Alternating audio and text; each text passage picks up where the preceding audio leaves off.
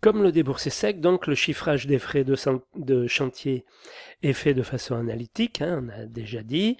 Les frais de chantier sont calculés après l'étude du déboursé sec.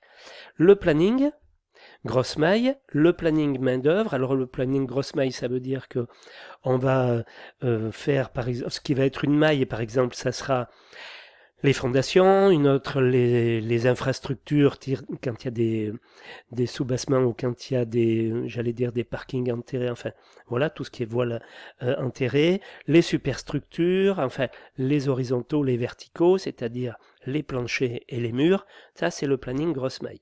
Le planning main-d'œuvre qu'on affecte à chaque maille, combien il faut de personnes pour les fondations, pour les parties enterrées, pour les planchers, pour les parties verticales.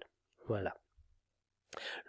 Le plan d'installation de chantier aussi fait partie, enfin on l'aura fait avant de calculer les frais de chantier. Les pièces écrites comportent en plus du CCAP et du CCTP le plan général de coordination de l'opération. Ce document, il faut le lire absolument parce qu'il impose une installation, enfin certains éléments pour l'installation de chantier. Donc il faut absolument le lire pour savoir combien le coordonnateur de la santé, de la sécurité et de la protection de la santé a prévu de bungalows, a prévu tous les dispositifs pour la santé et la sécurité surtout. Donc une partie des frais de chantier honoraires, prorata, installation commune, hygiène et sécurité dépendent exclusivement de ce que vous allez lire surtout dans le PGC, un peu dans le CCAP, c'est vrai, mais surtout dans le PGC. Il peut y avoir aussi des honoraires, ce sont des montants fixes destinés à des organismes ou des spécialistes, le géomètre pour vérification d'implantation, l'huissier pour un constat d'état des lieux, par exemple. Ça peut être affecté aux frais de chantier, ce n'est pas obligé, ça dépend comment le patron voit les choses. Hein, voilà. Les installations, ce sont tous les frais engagés pour réaliser les installations de chantier. Ils se décomposent en main-d'œuvre, matériaux, matériel pour l'exécution de ces travaux-là. Transport du matériel, ce sont les frais liés au transport du dépôt vers le site et, pas oublier, le retour. Des différents engins et équipements nécessaires à la réalisation des installations de chantier et des ouvrages. Ils correspondent au coût des camions multiplié par le nombre de voyages nécessaires pour approvisionner la totalité du matériel sur le chantier. Ce coût sera ensuite multiplié par 2 pour tenir compte du repliement. Le repliement, ce sont essentiellement des coûts, main-d'œuvre, matériaux matériels, plus éventuellement de la sous-traitance, générés par la remise en état du site en fin de chantier. Ils comprennent aussi les coûts de démontage des installations.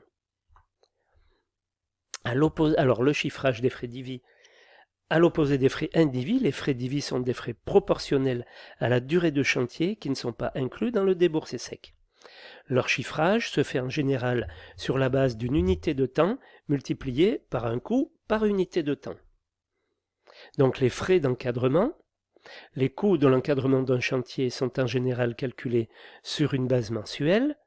Il faut prendre en compte le coût environné d'un conducteur de travaux ou d'un chef de chantier pour calculer le coût global. Ces coûts environnés, c'est-à-dire incluant le salaire, les charges sociales et connexes, enfin le téléphone, des choses comme ça, la voiture de fonction, tout ce qu'il lui faut pour bosser, son bureau, enfin voilà, sont disponibles. Ça, c'est le coût environné. Et vous demandez au comptable, il saura vous le dire.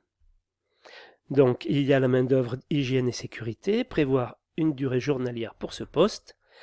Donc, on revient également pour l'encadrement aux conducteurs de travaux. Donc, en proportion du temps passé pour le chantier, un conducteur de travaux suit plusieurs chantiers en même temps. Par exemple, le coût d'un conducteur de travaux, 6 000 euros par mois. S'il suit 3 chantiers en même temps, on va lui imputer 33% de sa paye à chaque chantier, c'est-à-dire 2 000 euros par mois et par chantier. Oui, la main-d'œuvre, hygiène et sécurité, je suis passé un peu vite. Pour ça, ça va contrôler, ça va comporter par exemple l'homme de manœuvre, c'est-à-dire que lorsqu'on a pas prévu en déboursé sec un homme de manœuvre pour les travaux de voirie du chantier, par exemple, on va les compter là. C'est pour ça qu'il est compté dans les frais d'encadrement. Hein, voilà. Chef de chantier, pareil que le conducteur de travaux, hein, pour imputer son coût au chantier. Les heures de main-d'œuvre en plus sont prévues pour l'entretien des installations, hein, faire le ménage dans les bungalows, plus avec le Covid là.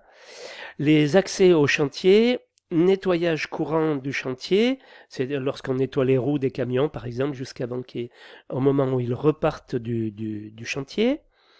Le coût se calcule comme étant le nombre d'heures mensuelles multiplié par le THM et par la durée du chantier.